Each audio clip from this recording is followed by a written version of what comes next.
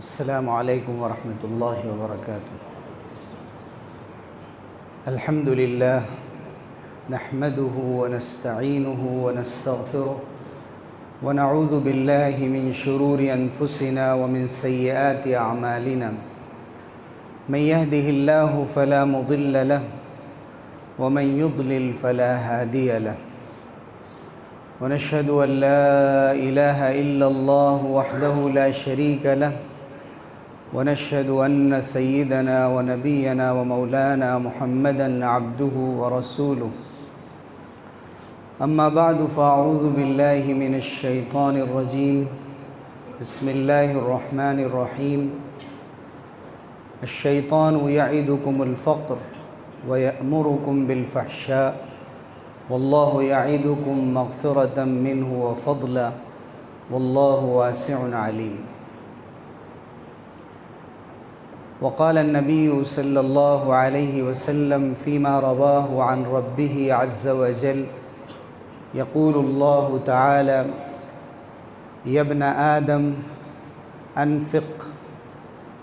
يا ابن آدم أنفق عليك۔ محترم حضرات اور معزز خواتین اسلام، ہم سب کے لیے اللہ تعالیٰ کا یہ خصوصی انتظام ہے کہ اس نے جمعے کی نماز کے اس حسین موقع پر ہم سب لوگوں کو دین کی ضروری اور اہم باتیں سننے اور سمجھنے کا موقع عنایت فرماتا ہے۔ اللہ تعالیٰ کہنے والے کو اخلاص نصیب فرمائے، صحیح بات کہنے کی توفیق دے اور ہم سب کو عمل کی توفیق سے نوازے۔ حضرات، اللہ تعالیٰ نے ہمیں بے شمار نعمتوں سے نوازا ہے، ہم ان کو گن نہیں سکتے۔ ان میں ایک بہت بڑی نعمت، اہم نعمت، اللہ نے جس کو ہماری زندگی کے لیے بنیاد بنا دیا ہے، گزارے کا ذریعہ بنا دیا ہے، وہ مال ہے، دولت ہے۔ اللہ کی جانب سے گزر بسر کے لیے ملے ہوئے وسائل ہیں، ذرائع ہیں، جن کے ذریعے سے ہم صبح و شام آسانی سے گزار پاتے ہیں۔ ہم تصور کریں غزہ اور خان یونس کی سرزمین کا، جہاں لوگ نہ صرف اسرائیلی مظالم سے شہید ہو رہے ہیں بلکہ آج بھوک سے، پیاس سے اور علاج سے محرومی کی وجہ سے، دواؤں کے نہ ملنے کی وجہ سے آج اپنی جانیں گنوا رہے ہیں۔ اللہ کے ہاں ان کے لیے شہادت کا درجہ لکھا جا رہا ہے، لیکن ہمیں اور آپ کو ٹھہر کر غور کرنا چاہیے کہ اللہ تعالیٰ نے ہمارے اوپر کیا ذمہ داریاں رکھی ہیں اور ہم کتنی آسانی، آسائش اور خوشحالی کی زندگی بسر کر رہے ہیں۔ اپنی پسند کے کھانے کھا رہے ہیں، اپنی پسند کے مطابق زندگی گزار رہے ہیں، اور کوئی ایک لقمے اور ایک گھونٹ پانی کو بھی محتاج۔ ہمارا فریضہ ہے کہ ہم ایسے موقع سے ان کے لیے دعائیں بھی کریں، ان تک اپنی امداد پہنچانے کو ترجیحی بنیاد پر اہمیت دیں، اور راستے تلاش کریں کہ کہاں سے ہمارے مال کا تھوڑا سا حصہ بھی وہاں پہنچ سکے اور کچھ ہم ان کے لیے کام آ سکیں۔ ہم کوشش کریں گے، اللہ تعالیٰ ضرور راستے نکالے گا، لیکن اس سے بے فکر اور غافل نہ ہوں۔ اللہ تعالیٰ نے جو مال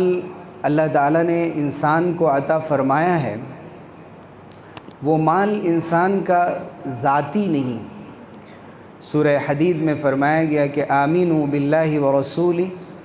وانفقوا مما جعلکم مستخلفین فیہ، کہ اللہ اور اس کے رسول پر ایمان لاؤ اور اس مال میں سے خرچ کرو جس مال میں اللہ نے کسی کے بعد تم کو ذمہ دار بنایا، ایک کے بعد دوسرے کو مالک بنایا، جانشیں بنایا، مستخلفین فرمایا گیا۔ وہ مال تمہارا اپنا نہیں تھا، کسی اور کے ہاتھ میں تھا، کسی ذریعے سے تجارت، ملازمت، وراثت، وصیت، ہدیہ، تحفہ، عطیہ، کسی ذریعے سے بھی ایک کا مال دوسرے کے ہاتھ میں پہنچ رہا ہے۔ مما جعلکم مستخلفین فیہ، اللہ نے ایک کے بعد دوسرے کو اس کا مالک بنایا، ذمہ دار بنایا، اور یہ سمجھے کہ یہ مال جیسے کسی اور سے میرے ہاتھ میں آیا، یہ مال کسی تیسرے تک بھی منتقل ہوگا۔ اس لیے اس میں اللہ کا کیا حق ہے، ہمیشہ اس کو ذہن میں رکھا جائے اور اس کے مطابق خرچ کیا جائے۔ اللہ کے راستے میں خرچ کرو، وَلِلَّهِ مِيرَاثُ السَّمَاوَاتِ وَالْأَرْضِ، آخر میں آسمان و زمین سب کی وراثت اللہ کی طرف منتقل ہونے والی ہے، کسی کے ہاتھ میں کچھ باقی رہنے والا نہیں۔ اور اسی لیے انسان سے پوچھا جائے گا قیامت کے دن، جب اس کے قدم آگے نہیں بڑھ سکیں گے، ہٹ نہیں سکیں گے اپنی جگہ سے، جب تک کہ چند چیزوں کا جواب نہ دے دے۔ ان میں ایک اہم سوال یہ بھی ہوگا اس کے مال کے بارے میں، مِنْ أَيْنَ اكْتَسَبَهُ وَفِيمَ أَنْفَقَهُ، کہاں سے کمایا اور کہاں خرچ کیا۔ اپنے کمانے کے بارے میں بھی، اپنے ذرائع کے بارے میں بھی غور کرنا کہ جس راستے سے میں کما رہا ہوں، جہاں سے میرا مال آ رہا ہے، اس میں کوئی ایسی چیز تو نہیں ہے جو فی نفسہ حرام ہو، اپنی ذات اور اپنی اصل کے اعتبار سے ہی حرام ہو، جیسے کوئی نشے کی چیز، یا ہے تو وہ جائز چیز لیکن کسی کا حق مار کر اور کسی کا حق دبا کر یا کسی ایسے ہیلے حوالے کے ذریعے سے میرے پاس وہ مال آ رہا ہے کہ وہ مال فی نفسی صحیح ہے، لیکن جو ذریعہ ہم نے اختیار کیا ہے وہ ذریعہ غلط ہے۔ جیسے کوئی چوری کے ذریعے سے مال حاصل کرے، تو ایک چوری وہ ہے جو صاف نظر آتی ہے، اور ایک چوری وہ ہے کہ جو مہذب دنیا میں چوری نہیں کہلائی جاتی ہے لیکن وہ بھی چوری ہے۔ بڑی بڑی چوریاں اور ڈکیتیاں ہو رہی ہیں، اور ظاہر ہے کہ یہ سود کا پورا نظام اور رشوت کا پورا نظام اور جوئے کا پورا نظام یہ کھلی ہوئی چوری ہے، اور اس چیز نے چند ہاتھوں میں دولت کو پہنچایا ہے جو بلینئر ملینئر کہلاتے ہیں، اور دنیا ان کو بہت رشک کی نگاہ سے دیکھتی ہے۔ نہ جانے کتنے حقیر لقموں کو لے کر دبا کر اور غریبوں کا حق مار کر وہ مال جمع کیا گیا ہے، اور وہ مال ہرگز قابل رشک نہیں۔ قابل رشک ہے وہ شخص کہ اللہ نے اس کو جو حلال مال دیا ہے اس میں سے وہ خرچ کرتا ہے، فَسَلَّطَهُ عَلَى هَلَكَتِهِ فِي الْحَقِّ، ہمیشہ اللہ کے راستے میں خرچ کرتا رہتا ہے۔ حدیث میں فرمایا گیا کہ لا حسد الا فی اثنتین، دو چیزیں ہیں جو رشک کے قابل ہیں، کاش میرے پاس بھی یہ چیز ہوتی ہے۔ علم، جس علم کے ذریعے سے ایک صاحب علم لوگوں کو فائدہ پہنچا رہا ہو، اور ایک وہ مال کہ دیکھ رہا ہے انسان کہ ایک مالدار شخص آگے بڑھ کر لوگوں کی مدد کر رہا ہے، خرچ کر رہا ہے، لوگوں کے بارے میں فکر مند ہے، غور کر رہا ہے۔ حضرت ابوبکر و عمر کا مقابلہ مشہور ہے تبوک کے موقع سے، اس کے علاوہ بھی حضرت عمر رضی اللہ عنہ کی روایت ہے، فرماتے ہیں امرنا ان نتصدق، رسول اللہ صلی اللہ علیہ وسلم نے ہمیں صدقے کا حکم فرمایا، فوافق ذالک منی مالا، اتفاق سے اسی وقت میرے پاس مال آیا، میں نے اللہ کے رسول کی خدمت میں پیش کیا۔ حضور نے پوچھا کہ ما ابقیت لاہلک، اپنے گھر والوں کے لیے تم نے کیا چھوڑا ہے؟ تو میں نے کہا مثلہ، اتنا ہی چھوڑ دیا ہے، یعنی نصف، آدھا میں لے آیا ہوں اور آدھا میں نے گھر والوں کے لیے چھوڑ دیا۔ حضرت ابوبکر صدیق رضی اللہ عنہ سے جب حضور صلی اللہ علیہ وسلم نے پوچھا کہ تم نے کیا چھوڑا ہے، انہوں نے کہا ابقیت لہم اللہ ورسولہ، میں نے ان کے لیے اللہ اور اس کے رسول کو چھوڑ دیا۔ جب حضرت عمر کو معلوم ہوا تو فرمایا واللہ لا اسابقہ الی شیء ابدا، خدا کی قسم میں ان سے کبھی آگے نہیں بڑھ سکتا اور میں ان سے کبھی مقابلہ نہیں کروں۔ یہ کمپٹیشن ہے، رائیولری ہے، تنافس ہے، وفی ذالک فلیتنافس المتنافسون،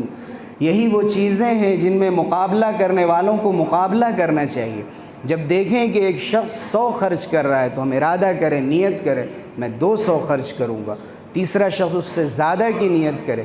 اللہ رب العزت اس کے مطابق عطا فرماتا ہے۔ ید اللہ ملأ لا یغیظہ نفقہ،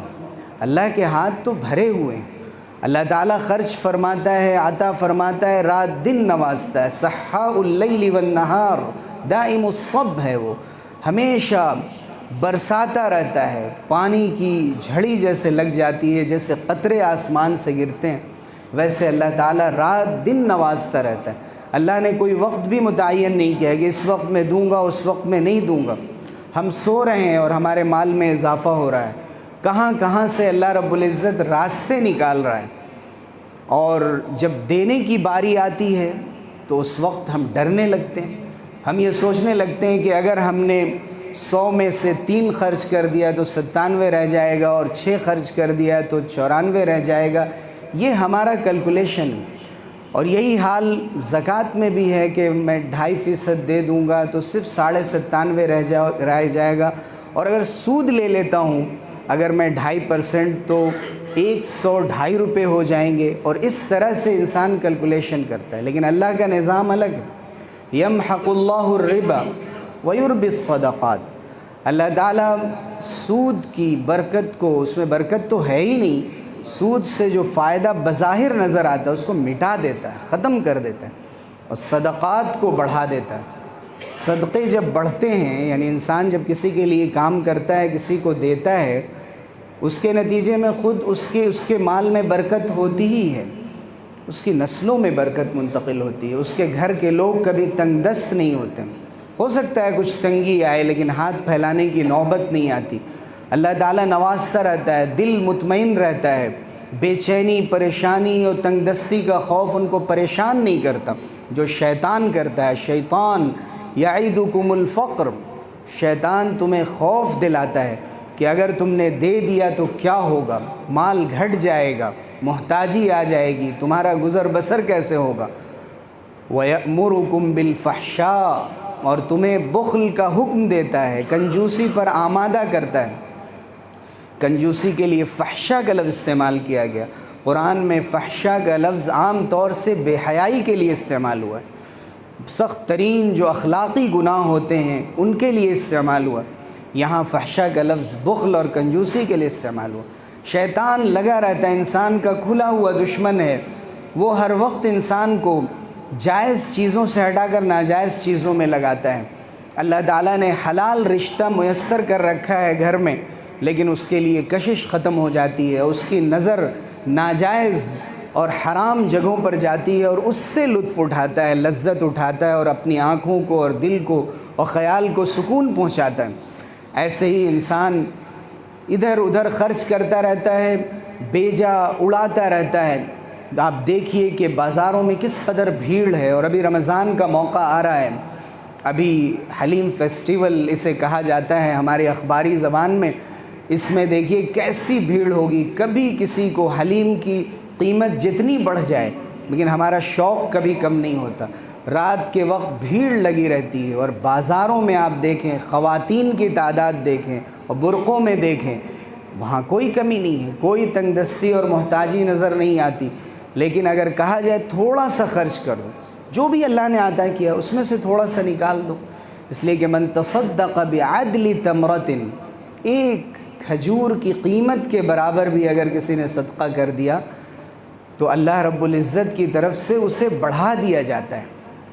من تصدق بعدل تمرۃ من کسب مشروع، شرط یہ ہے کہ وہ جائز آمدنی سے ہونا چاہیے۔ فإن اللہ لا يقبل الا طیبا، اللہ تعالیٰ تو پاکیزہ ہی قبول کرتا ہے۔ اللہ تعالیٰ ناپاک مال کو قبول نہیں فرماتا۔ آپ لاکھ کسی کے کام آ جائیں، اس کا کام بھی بن جائے، لیکن وہ سب اکارت جا رہا ہے، ضائع جا رہا ہے، جیسے کہیں سوراخ ہو، ایک طرف سے آپ ڈال رہے ہیں اور دوسری طرف سے بہتا چلا جا رہا ہے، کہیں جمع نہیں ہو رہا ہے کسی خزانے میں، اور اس پر کوئی اجر نہیں مل رہا۔ فإن اللہ لا يقبل الا طیبا، اللہ تعالیٰ تو پاکیزہ ہی قبول کرتا ہے۔ کہ یقینی طور پر ہم صرف حلال آمدنی ہماری ہو یا زیادہ حلال آمدنی ہو، تھوڑا بہت حرام ہو، کوشش میں ہے کہ اس کو ختم کرے اور نکالے، اور اگر کسی کی دعوت کریں اور صدقہ کریں تو اس مال سے نہ کریں اور اپنی اس آمدنی کے ذریعے کو ختم کریں۔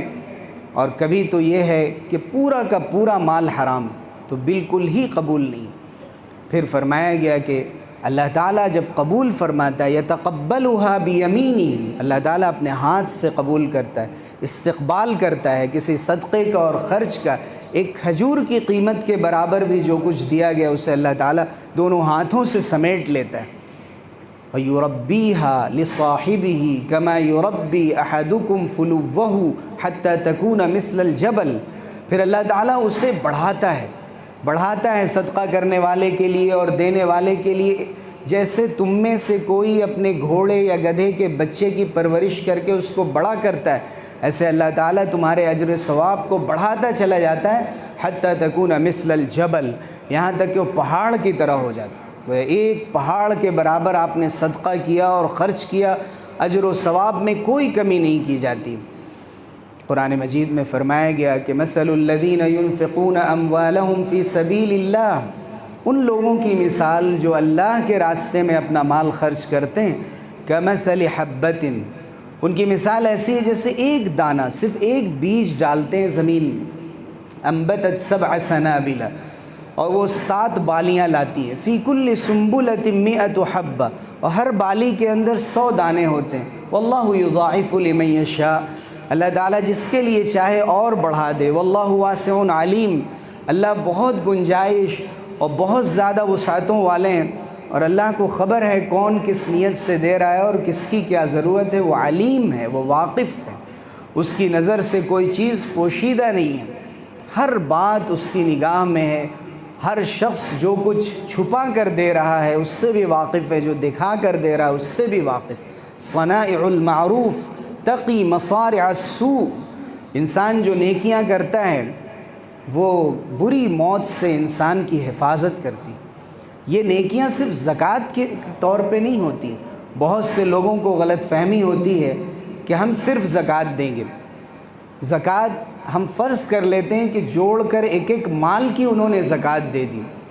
لیکن سولیڈریٹی بھی ایک چیز ہے، مال تو آپ نے پاک کر لیا لیکن فوری کہیں ضرورت ہے، ایک شخص کو دیکھ رہے ہیں جس کی آمدنی کا ذریعہ ہے لیکن اس مہنگائی کے زمانے میں اس کی آمدنی اس خرچے سے پوری نہیں ہو سکتی، اس کی ضروریات پوری نہیں ہو سکتی، اور ہم آپ اپنے تجربے سے جانتے ہیں کہ لاکھوں روپے سے ہماری زندگی کی گاڑی تنگ ہو رہی ہے، آخر محدود آمدنی میں اس کا گزارا کیسے ہو رہا ہوگا، وہاں نفل صدقے کی نیت سے کرنا، عطیے اور ہبہ کی نیت سے کرنا، عام چیریٹی، عام کنٹریبیوشن کرنا، ڈونیشن کی نیت سے کرنا، اور یہ سوچنا کہ یہ بھی ایک فریضہ ہے۔ حضرت ابو ذر غفاری رضی اللہ عنہ اور حضرت عائشہ صدیقہ رضی اللہ عنہ، حضرت عمر، حضرت علی اور بہت سے صحابہ اس بات کے قائل کہ زکوٰۃ کے علاوہ بھی مال میں ایک حق ہوتا ہے، صرف زکوٰۃ نہیں ہے، اس لیے کہ سورہ بقرہ میں جو آیت البر ہے، جامع ترین آیتیں ہیں کہ کیا کیا کام ہیں جو نیکی کے کام ہیں، وہاں فرمایا گیا وَآتَ الْمَالَ عَلَى حُبِّهِ، کہ وہ مال کی محبت کے باوجود بھی رشتہ داروں پر خرچ کرتا ہے، مسکینوں پر، مسافروں پر خرچ کرتا ہے، اور پھر مانگنے والوں پر خرچ کرتا ہے، اور گردن چھڑانے میں خرچ کرتا ہے۔ پھر فرمایا گیا وَأَقَامَ الصَّلَاةَ وَآتَ الزَّكَاةَ، نماز قائم کرتا ہے اور زکوٰۃ دیتا ہے۔ زکوٰۃ کا ذکر الگ سے آیا اور اس کے بعد مال خرچ کرنے کو اس سے پہلے ہی ذکر کر دیا گیا۔ حدیث میں بھی بہت سے مواقع پر حضور اکرم صلی اللہ علیہ وسلم نے جو ترغیب دی ہے اس سے پتہ چلتا ہے کہ خاص طور سے ہنگامی حالات میں، جب عمومی طور پر کوئی مصیبت کہیں آ جائے، کوئی ناگہانی آ جائے، اس وقت تو ہے ہی، لیکن مہنگائی کے اس دور میں، پریشانی کے اس دور میں، اور ایک ایسے دور میں جب گھر میں کمانے والے ہاتھ کم ہوں اور جن پر خرچ کرنا ہے ان کی تعداد زیادہ ہو، تو ایسے موقع سے بھی ضرورت ہے کہ ہم اپنے رشتہ داروں میں، اپنے جاننے والوں میں، اپنے خدمت گزاروں میں، اپنے آس پاس کے لوگوں میں، اور ان لوگوں میں جو حلال کمانے کے عادی ہیں لیکن تنگی سے گزر بسر ہوتا ہے، ان پر نظر رکھیں، اور ایسے لوگوں کی تعداد کم نہیں ہے۔ بسا اوقات ہم سے یہ غلطی ہوتی ہے کہ ہم صدقۃ السر سے بچتے ہیں، ہم ٹرسٹ بنا لیتے ہیں، ٹرسٹ کے تحت ہم عمومی کام بھی کرتے ہیں، اس کے ریکارڈ بھی رکھتے ہیں، بہت اچھی بات ہے، وہ ایک مستقل کام ہے اور اس کے ذریعے سے ہم لوگوں کو پیروں پر کھڑا کر سکتے ہیں، لیکن جو لوگ پیروں پہ کھڑے ہوئے ہیں لیکن ایک پیر پہ کھڑے ہوئے ہیں یا ایک پیر پہ بھی برابر نہیں کھڑے ہوئے ہیں، ان کا بھی خیال رکھنا ضروری ہے چھپے ہوئے صدقات سے۔ وہ لوگ جو کسی کے سامنے دستے سوال دراز نہیں کرتے، جو آپ کے آس پاس موجود ہوتے ہیں، لیکن کبھی آپ ان کا درد اپنے سینے میں محسوس کریں اور ان کے چہروں سے پہچانیں، ان کی ضرورتیں اس انداز سے معلوم نہ کریں کہ وہ شرمندہ ہو کر بتا نہ سکیں، بلکہ آپ خود اندازہ کریں، اپنے تجربے سے سمجھیں۔ حضور صلی اللہ علیہ وسلم نے فرمایا وَالصَّدَقَةُ السِّرُّ تُطْفِئُ غَضَبَ الرَّبِّ، جو خاموشی کا چھپا ہوا صدقہ ہوتا ہے یہ رب العالمین کے غصے کی آگ کو بجھا دیتا ہے۔ کتنی بڑی بات ہے کہ اللہ تعالیٰ کا جو غصہ کسی گناہ کی وجہ سے بھڑک رہا ہو وہ بجھ جائے اور آپ کے حق میں رحمت بن جائے۔ وَصِلَةُ الرَّحِمِ تَزِيدُ فِي الْعُمْرِ، اور جو صلہ رحمی ہے یہ عمر میں اضافہ کرتی۔ عمر میں اضافہ ایک کیلکولیشن کے اعتبار سے ہوتا ہے کہ 63 کے بجائے 65 اور 70 کی عمر مل گئی، اور دوسرا مطلب یہ ہے کہ ایسے شخص کا نام اور کام ہمیشہ باقی رہتا ہے، اللہ تعالیٰ اس کی چیزوں کو صدقہ جاریہ بنا دیتا ہے۔ حضرت ابو ہریرہ رضی اللہ عنہ کی 2 روایتیں میں ذکر کرتا ہوں۔ فرمایا کہ 2 فرشتے ہر روز اترتے ہیں اور ان میں سے ایک فرشتہ کہتا ہے اللہم اعطِ منفقا خلفا، اے اللہ خرچ کرنے والوں کو اس کا بدل دے دیجئے۔ دوسرا کہتا ہے اللہم اعطِ ممسکا تلفا، اے اللہ روک کر رکھنے والوں کا مال ضائع کر دیجئے۔ تو فرشتے دعا اور بد دعا دونوں دے رہے ہیں کہ ایک شخص آسائش کے ساتھ چل رہا ہے، دوسرا شخص اس کے شناساؤں میں ہے اور اس کے آس پاس اس کے دوستوں میں ہے اور وہ تنگ دستی سے گزر بسر کر رہا ہے، اور اگلا شخص یہ سوچتا ہے کہ میں نے فریضہ ادا کر دیا۔ عام الرمادہ سن 18 ہجری میں جس سال امواس میں طاعون بھی آیا اور اسی سال قحط سالی ہوئی، حضرت عمر رضی اللہ عنہ کا زمانہ تھا۔ حضرت عمر رضی اللہ عنہ نے اس موقع سے کئی کارروائیاں فرمائی تھیں، زکوٰۃ کے مسئلے کو ذرا مؤخر کیا تھا، اور اس کے ساتھ ساتھ یہ بھی کہ لوگ عام طور سے کھڑے ہو جائیں، تکافل کریں، آگے بڑھ کر لوگوں کا ساتھ دیں، ابھی جوڑ جوڑ کر خرچ نہ کریں، جیسے فرمایا گیا کہ تم گن گن کر اور جوڑ جوڑ کر خرچ نہ کرو، اس لیے کہ اللہ تعالیٰ اس طرح سے عطا نہیں کرتا ہے۔ حضرت ابو بکر صدیق رضی اللہ عنہ کے واقعات میں بے شمار نمونے ہیں ہمارے لیے، اور اس کے ساتھ ساتھ دوسری روایت جو ہم نے خطبے میں پڑھی کہ حضور صلی اللہ علیہ وسلم نے اللہ رب العزت سے روایت کی، اور اللہ تعالیٰ کا ارشاد ہے کہ اے ابن آدم تم خرچ کرو میں تم پر خرچ کروں گا۔ اور حضرت ابو بکر صدیق رضی اللہ عنہ نے جب حضرت عائشہ صدیقہ پر تہمت لگی اور ان کی ماموزاد بہن کے ایک بیٹے تھے حضرت مصطح بن اثاثہ، جانے انجانے میں حالانکہ وہ بدری صحابی تھے، بدر میں شریک ہوئے تھے، غلطی سے ان لوگوں میں شامل ہو گئے جو عائشہ صدیقہ رضی اللہ عنہ پر تہمت لگا رہے تھے۔ حضرت ابو بکر نے قسم کھا لی کہ اب میں ان کے ساتھ کبھی حسن سلوک نہیں کروں گا۔ قرآن میں آیت نازل ہوئی کہ لوگ قسم نہ کھائیں، وہ لوگ جو اولو الفضل منکم والسعہ، تم میں گنجائش والے ہیں، دولت والے ہیں، قسم نہ کھا لیں کہ وہ رشتہ داروں کو نہیں دیں گے، مسکینوں کو نہیں دیں گے، مہاجرین کو نہیں دیں گے، وَلْيَعْفُوا وَلْيَصْفَحُوا، معاف کریں، درگزر کریں۔ اور اس کے بعد فرمایا أَلَا تُحِبُّونَ أَن يَغْفِرَ اللَّهُ لَكُمْ، کیا تم نہیں چاہتے کہ اللہ تمہیں معاف کر دے؟ جب تم چاہتے ہو کہ اللہ تمہیں معاف کر دے تو جن کے ساتھ تم حسن سلوک کرتے ہو ان کے عمل کو مت دیکھو، ان کی وفاداری اور جفاکاری کو مت دیکھو، تم اللہ کے اخلاق کو اپناؤ، تم بلندی پہ رہو، تم اپنے حسن سلوک کے ساتھ اور ایک اچھے اور بڑے انسان کی جو صفات ہوتی ہیں ان پر قائم رہو۔ اللہ غفور الرحیم ہے۔ حضرت ابو بکر صدیق رضی اللہ عنہ نے فرمایا کہ میں ہمیشہ ان کے ساتھ حسن سلوک کروں گا، میں کبھی نہیں روکوں گا۔ اس میں عبرت ہے ہم سب کے لیے۔ رمضان قریب ہے، حضور صلی اللہ علیہ وسلم کی سخاوت تیز ہواؤں کی طرح ہو جاتی تھی۔ ہم نیت کریں، اللہ تعالیٰ برکتوں سے نوازے گا، اور اس کے ساتھ ساتھ انشاءاللہ زکوٰۃ سے متعلق بھی ہم آئندہ ہفتے بیان کریں گے۔ اللہ تعالیٰ ہم سب لوگوں کو عمل کی توفیق سے نوازے، آمین۔